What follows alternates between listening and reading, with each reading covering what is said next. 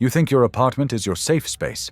You lock the door, check the windows, and assume that what happens outside stays outside. But sometimes the unease isn't always outside. Sometimes it feels close, subtle, and unsettling.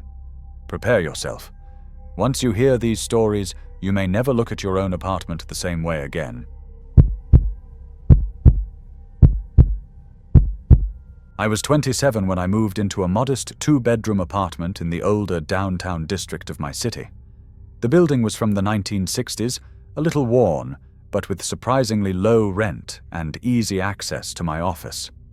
My roommate, Jake, was someone I had known casually from college. We weren't friends, just acquaintances, but our post-graduation timelines matched. Living together seemed like a convenient arrangement, and at first everything went smoothly. The first few months were ordinary. I worked long shifts in marketing. Jake freelanced as a graphic designer on a popular freelance platform. We occasionally shared dinner, laughed over TV shows, and sometimes left each other completely alone, which suited both of us. The apartment was quiet, the old wooden floors creaked occasionally, and the faint hum of the city outside lulled me to sleep each night. It all started on a Tuesday, around 2:30 a.m. I was woken by soft sounds coming from the hallway outside my bedroom. The steps were slow, deliberate, almost as if someone was pacing. At first, I assumed Jake was awake, maybe grabbing water or stretching after work. I held my breath, straining to listen. The sound paused near the living room, then returned toward my door before fading into silence. My heart raced. The next morning, I casually asked Jake if he had been up late. He looked at me puzzled. No, I was asleep. I laughed it off, blaming my imagination. But the unease lingered. Over the next few nights, the same thing happened. The footsteps returned, always pacing, always deliberate. I started noticing subtle oddities. Books on shelves were slightly shifted. My keys weren't where I remembered leaving them. Drawers that I hadn't opened were partially ajar. At first, I told myself I was imagining things, or maybe Jake had moved them and forgotten. But deep down, I knew something wasn't right. One night, Jake had the evening off. I returned home early around 5 p.m. and noticed him sitting on his bed, tense and unusually still. I asked, "Hey, you okay?" No response. I stepped closer, still nothing. I returned to my room, unsettled. Later, the footsteps started again. My phone buzzed. I texted Jake, "Are you walking around?" Minutes passed. Then, "I'm not home right now." My stomach dropped. I grabbed my flashlight and cautiously walked down the hallway. In the dim light, I saw an unfamiliar figure standing in Jake's bedroom. Broad shoulders, thick beard. He looked nothing like Jake. I froze. The person didn't react. Without thinking, I ran out of the apartment and contacted emergency services from across the street. By the time they arrived, he had vanished. No forced entry, nothing disturbed except for a partially unlocked window. The thought that someone had been inside while we slept was chilling. In the following days, I became hyper-aware of every sound. I monitored Jake's room, noting every minor noise, soft rustles, drawer clicks, whispers. The psychological tension grew. I barely slept. Every creak, every faint sound sent my mind racing. I wondered how long the intruder had been inside, what he wanted, and why I hadn't noticed sooner. One night, I decided to investigate further. Flashlight in hand, I moved through the apartment slowly, checking every corner, scanning shadows. Each room felt heavier, more oppressive. I imagined someone silently present somewhere, unseen and unknown. The feeling of my personal space being compromised, of someone moving freely in my private space, lingered even when no one was there. Weeks passed. I tried to rationalize it. Maybe he had no harmful intentions. Maybe he was casing the apartment for something else. But every creak, every unexplained movement made the apartment feel overwhelming. Jake, oblivious, went about his days normally, making the tension feel all the more isolating. Eventually, I couldn't take it anymore. I packed my things one morning and moved out. I left quietly, without telling Jake everything, fearing he wouldn't understand. Even years later, at 30, I remember vividly the faint creak of floorboards, the rustle of unseen movements, the shadows stretching across the walls. The worst part wasn't just that someone had been inside, it was how ordinary life continued around it. Jake worked, the city hummed outside, the building seemed normal, but I knew otherwise. Real-life fear isn't always loud. Often it's quiet, deliberate, and lingering. Since then, I've been hyper-aware of doors, locks, and shadows in any apartment I enter. That old building, those nights, and that unknown man left a mark I can't erase. Danger can exist anywhere, even in places that feel safe. And sometimes the most terrifying moments aren't dramatic or sensational. They're quiet, invasive, and leave you questioning every sound you hear. Even thinking back now, I recall the specific nights in uncanny detail. The floor creaking at precisely 2:47 a.m., the slight shuffle of movement near the kitchen, the way the shadows in the living room bent unnaturally with the ceiling fan. My mind constantly replayed scenarios. What if he had stayed longer? What if he had been watching my every move? The thought of it still sends chills down my spine. I realize now that what made the experience so unsettling wasn't just the intruder, it was the subtlety, the psychological toll. No one was physically harmed, yet the sense of vulnerability, of an unseen presence moving through my life, made every night a small nightmare. My personal space, the one place that should have felt safest, became a source of relentless anxiety. And even when the apartment felt empty, I could feel him there almost like a shadow following me. I would hesitate before opening doors, pause before moving through rooms, and triple-check locks before sleep. The normal sounds of an old building, the creaking floors, pipes settling, neighbors moving suddenly carried weight. Every minor noise suggested a hidden observer, a silent intruder. Leaving that apartment felt like escaping a trap. But even now, I can't forget it. The fear wasn't just about what I saw, it was actually about what I didn't see. That uncertainty, that unknown presence, was the most terrifying part. And that's the part that still lingers. You think you know your neighbors. You think your apartment is just walls and doors. But sometimes the walls aren't empty, and the sounds at night aren't just the building settling. I was 25 when I moved into a small 3-bedroom apartment on the outskirts of the city. Rent was manageable, and the building seemed quiet and safe. I had a roommate, Alex, someone I knew casually through a mutual friend. At first glance, he seemed polite, quiet, and unobtrusive, a perfect roommate on paper. I had no reason to doubt him, and the initial months were calm, almost boring in the best way. During the day, the apartment would be silent.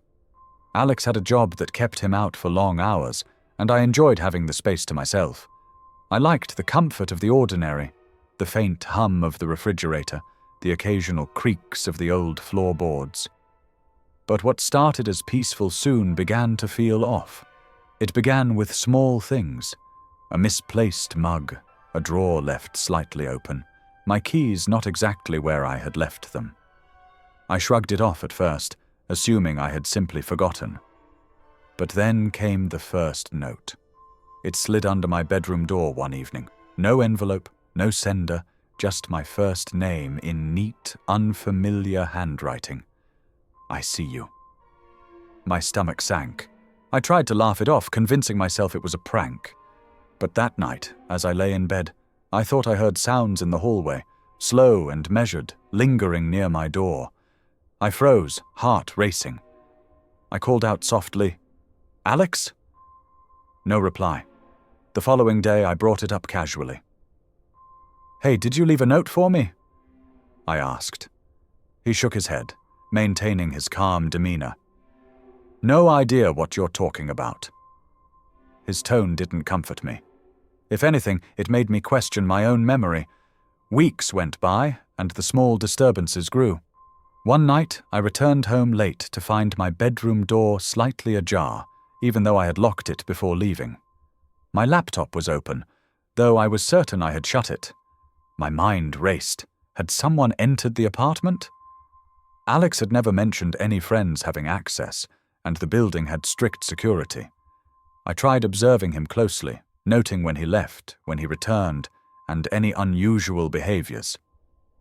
Alex continued to act normally, but I began to notice the subtle patterns. He would leave at odd hours, return silently, often without explanation. Every time I tried to confront him, he dismissed my concerns with a casual shrug, a calm smile that felt almost rehearsed. One night, around 1:30 a.m., I woke to a soft knock on my door. My heart jumped. I whispered, "Alex?" No response. Grabbing a flashlight, I slowly opened the door. The hallway was empty at first, but a shadow flickered near the living room wall. I froze. I held the flashlight steady, scanning the corners. Nothing moved. My pulse was relentless, pounding in my ears. That same night, I decided to place small indicators to catch anyone moving. A book balanced near the door, a cup slightly tilted, anything that could signal entry. Every time I woke to a creak, a shuffle, or a soft tap, my stomach dropped. And every time I wondered, was it Alex or someone else? A few days later, Alex asked for my help moving boxes into his room. I noticed a small locked drawer I hadn't seen before. "What's in there?" I asked casually. He paused, then said, "Personal stuff." His tone was curt, almost defensive. I nodded, but the unease lingered. The next week I returned home late again, exhausted. As I approached my bedroom door, I noticed a faint shadow move behind the wall near the living room. My pulse raced. I called Alex's name, but no response. I decided not to investigate further that night, retreating instead to my room, locking the door, and leaving a chair wedged behind it. The tension escalated further when I received another note, this time slipped under the kitchen door. Another message appeared that suggested someone was paying close attention. My hands trembled as I read it. My apartment, my supposed sanctuary, felt invaded. I couldn't eat, couldn't sleep properly. Every noise, the pipes, the creaking floor, the hum of the fridge felt magnified. I tried reasoning with Alex again, explaining my unease. "I feel like someone's in the apartment," I said. He smiled faintly. "You're imagining things. Maybe it's stress." His casual dismissal infuriated me, but I had no proof, no evidence beyond my own experiences. One night, around 2 a.m., I heard the breathing again, soft, deliberate, outside my bedroom door. I held my breath, heart hammering. Then a faint scrape along the floor. I grabbed my phone to record, but my hands shook so badly I dropped it. The sound of the phone hitting the floor seemed to echo through the empty apartment. The breaking point came when I returned home from work to find my bedroom door wide open. Nothing inside appeared disturbed, yet the sense of intrusion was undeniable. Alex was gone, as usual, but this time I couldn't ignore the signs. My belongings had shifted, the small indicators I had placed were moved, and the notes had stopped suspiciously. I decided I couldn't stay.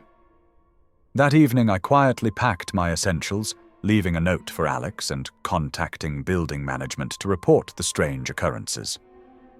They found nothing unusual, no signs of forced entry, no evidence to explain the notes, the sounds, or the shadows. Moving out was the hardest decision. The psychological toll of weeks spent in fear, wondering if my home was safe, had left me drained. I realized that even someone I thought I knew, someone I shared a home with, could contribute to an environment that felt threatening without physically harming me. Years later, I still remember those nights vividly.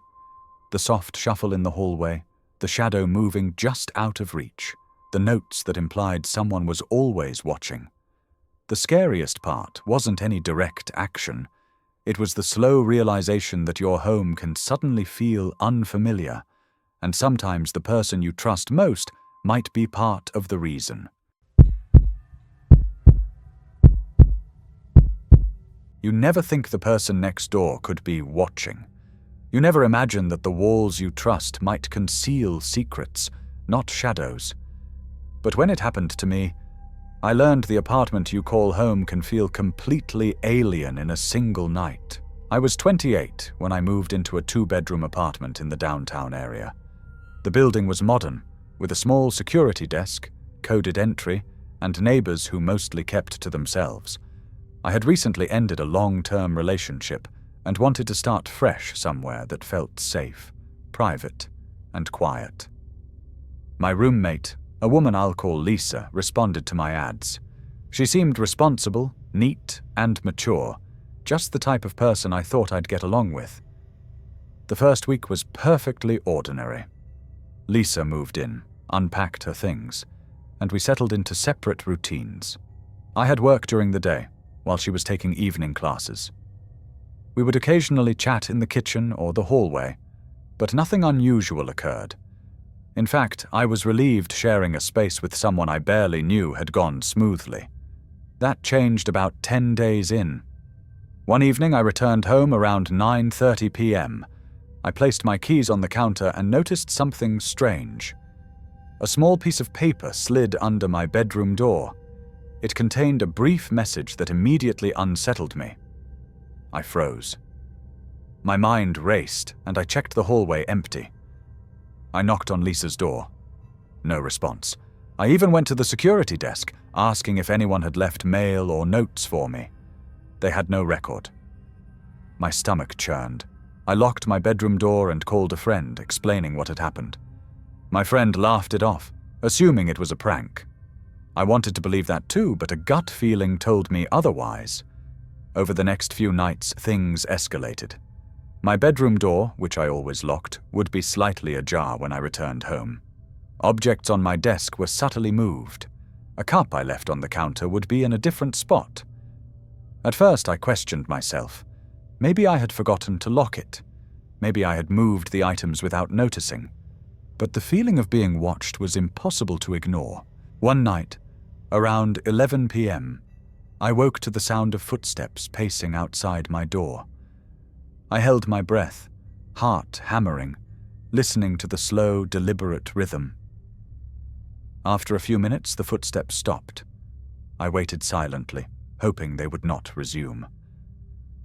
Eventually, I grabbed my phone and shone the flashlight under the door. A shadow moved slightly. My hands shook as I called out softly, "Lisa." No response. The next day, I attempted to confront her. I asked casually, "Did you come into my room last night?" She shook her head. "No, I was in my room studying. Are you sure you locked your door?" Her calm demeanor made me question my sanity. Was I imagining it? But the sequence of events over several nights told me otherwise. The situation worsened when I noticed faint marks on the inside of my bedroom door. They weren't deep, but they looked deliberate, as if someone had been testing the lock or trying to peek inside. My anxiety grew. I began sleeping with my phone in my hand, ready to record any strange sounds or movements. One afternoon, while Lisa was out, I heard something that made my blood run cold. A drawer in my room, which I was certain I had closed, was opening and closing slowly, quietly. I froze, listening intently. Then a very soft sound, barely audible coming from nearby. My voice caught in my throat. I called out, "Lisa!" No answer. I ran out of the room, checked the hallway, the kitchen, and even the building entrance. Empty. I decided to install a small security camera inside my bedroom, facing the doorway. I didn't want confrontation. I wanted evidence. For the next few nights, I watched the feed obsessively. At first, nothing happened. Then, around 2 a.m., I noticed movement. A familiar outline appeared briefly near my doorway. She moved with caution, deliberately, as if testing the space. I could see her glance around, checking for signs of me being awake. My stomach sank. I debated confronting her immediately, but fear kept me frozen. I knew that whatever she intended, it hadn't escalated beyond observation yet.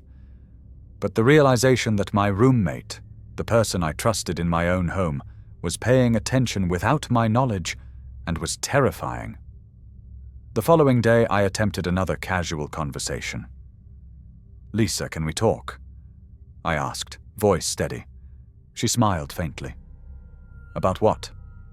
I hesitated, then described the notes, the subtle movements, and the camera footage.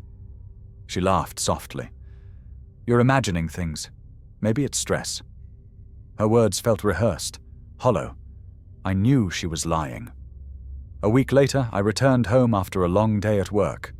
My keys were in the lock, but the apartment smelled faintly of perfume, which was not mine, not Lisa's usual scent. I stepped inside cautiously, scanning every corner. My bedroom door was wide open. My belongings had shifted slightly. My heart raced. I locked myself in my room, barricading the door with a chair and a desk.